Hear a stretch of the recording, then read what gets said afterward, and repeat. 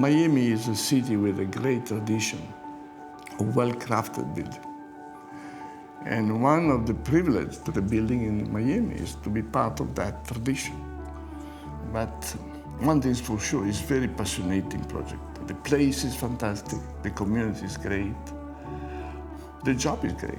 I think North Beach has a huge opportunity. Having 500 feet along this 35-acre park and having 300 feet along the Atlantic Ocean, for us it was an amazing opportunity, and I think it was something we could never pass up.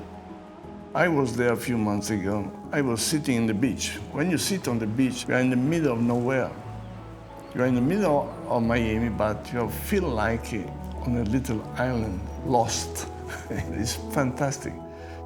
This building is basically made out of 16 decks flying, one above the other. And of course, those suspended decks catch the sound of the ocean. They also catch the light of the ocean, of course. This is the beautiful thing. Our partner in this project is Davide Bizzi. He's a good friend, and Davide wanted me to meet Renzo. So I took advantage of the time and we flew to Genoa.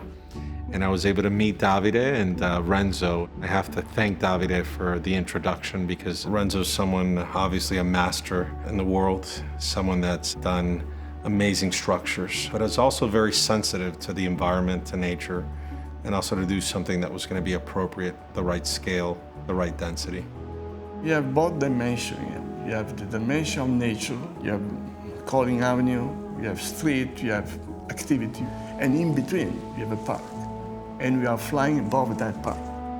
We love bringing architects from all over the world to come to Miami. You know, our job is to give them kind of the roots. Today, it's all about design, differentiating yourself from all the other buildings. But the team that's been put together by Bizzi and David Martin on the design side is a world-class team, #1 in every category. The project is a very beautiful project because it is a building surrounded by green. At the southern part there is a larger park. People walk in the garden, there's a path system. So it has a sort of orchard, pure nature potential as well. SidSidan and Renzo created this private park, which is around 1.5 acres to the north of the building. So in essence, you have a private park to the north and a public park to the south. So for me, how this forest from public to private and how it's connected through the lobby of the building is something very special that I think is unique in Miami. I believe when you combine great architecture with astonishing landscape design, the achievements are unique. Sometimes, it's not always the case, but a good design is an almost no design. Here, the context was really the center point. What we try to do is to go to the essential. You are part of the landscape. How can we be more and more in relation with the outside? The materiality of the project was inspired by elements we find locally, simply designed, looking for almost kind of purity. Craftsmanship is one of the essential qualities of architecture. Because, you know, the quality of architecture, of course, is about poetry, is about the beauty, but it's also about construction. A good building is also well done. So we want to go back to this old tradition to make building in a very detailed way. The language we want to use, the language of lightness, this sense of a lack of gravity in some way. I know that it's a bit mad, but fighting against gravity is mad. But it's quite interesting because it gives you something that has a kind of a poetic presence. It's not arrogant, it's not possessive, it's not selfish. It's something that is more open.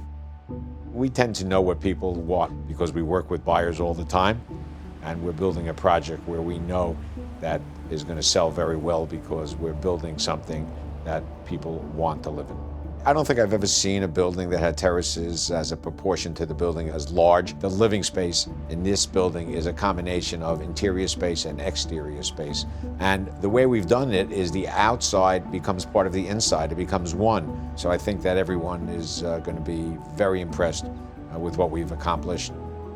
Miami right now is going through a cultural kind of renaissance. And for us, Renzo was someone that we felt was going to be able to add a lot of value to this property.